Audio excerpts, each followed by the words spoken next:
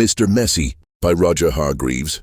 Mr. Messy was the messiest person you've ever met in your whole life. He looked messy because he was messy in everything he did. You could always tell where Mr. Messy had been because he left a trail of messy fingerprints wherever he'd been. Oh yes, Mr. Messy was messy by name, messy by nature. Mr. Messy lived in a particularly messy-looking house. The paint was peeling. The windows were broken. There were tiles missing from the roof. The flower beds were overgrown with weeds. The garden gate was off its hinges. And had Mr. Messy cut the grass in his garden lately?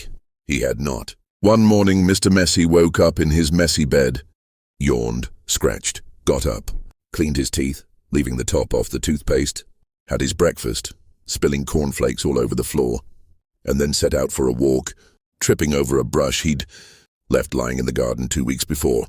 There was a wood behind Mr. Messy's messy house with the messy garden, and that's where he went for his walk.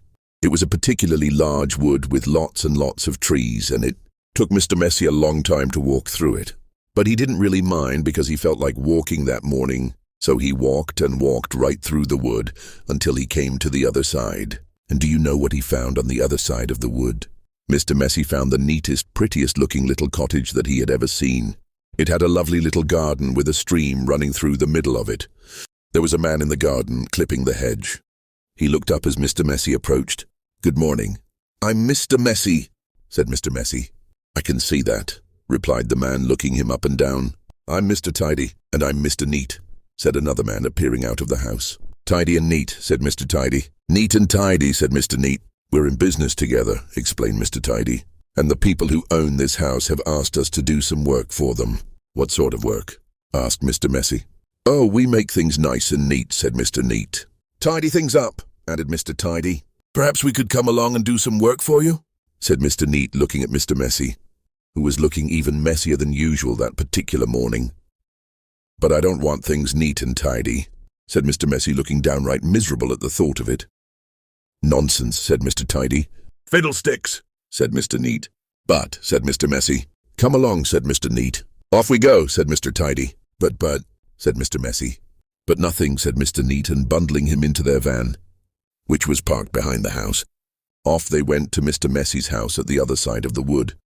"Good heavens," said Mr. Neat when he saw where Mr. Messy lived. "Good gracious," added Mr. Tidy. "This is the messiest house I have ever seen in all my born days." They both said together at the same time. "Better do something about it," said Mr. Neat. And before Mr. Messy could open his mouth, the two of them were rushing here and there about Mr. Messy's house. Mr. Neat hoot and mowed and pruned and snipped and clipped and cleared and dug and made the garden look neater than it had ever looked before. Mr. Tidy cleaned and primed and rubbed and painted and mended and made the outside of Mr. Messy's house look tidier than it had ever looked before. Then they both went inside the house. "Good heavens," said Mr. Neat for the second time that morning. "Good gracious," said Mr. Tidy for the second time that morning. And then they set about cleaning the house from top to bottom. They brushed and swept and polished and scrubbed and made the inside of the house look neater and tidier than it had ever looked before. "There we are," said Mr. Tidy. "All finished," said Mr. Neat. "Tidy and neat," said Mr. Tidy. "Neat and tidy," said Mr. Neat. Mr. Messy just didn't know what to say. Then they both looked at Mr. Messy. "Are you thinking what I'm thinking?" Mr. Neat said to Mr. Tidy. "Precisely," replied Mr. Tidy. "What we're both thinking," they said together to Mr. Messy, "is that you look much too messy to live in a neat and tidy house like this." "But," said Mr. Messy. But whatever Mr. Messy said was no use, and Mr. Neat and Mr. Tidy whisked him off to the bathroom upstairs. It had been the messiest room in the house, but now of course it was neat as a new pin. Then Mr. Neat got hold of one of Mr. Messy's arms, and Mr. Tidy got hold of the other arm, and they picked him up and put him straight into the bath. Mr. Messy wasn't used to having baths. Mr. Neat and Mr. Tidy washed and brushed and cleaned and scrubbed and combed Mr. Messy until he didn't look like Mr. Messy at all. In fact, he looked the opposite of messy. He looked at himself in the mirror. "You know what I'm going to have to do now?" he said in a rather fierce voice. Mr. Neat and Mr. Tidy looked worried. "What are you going to have to do?" they asked Mr. Messy.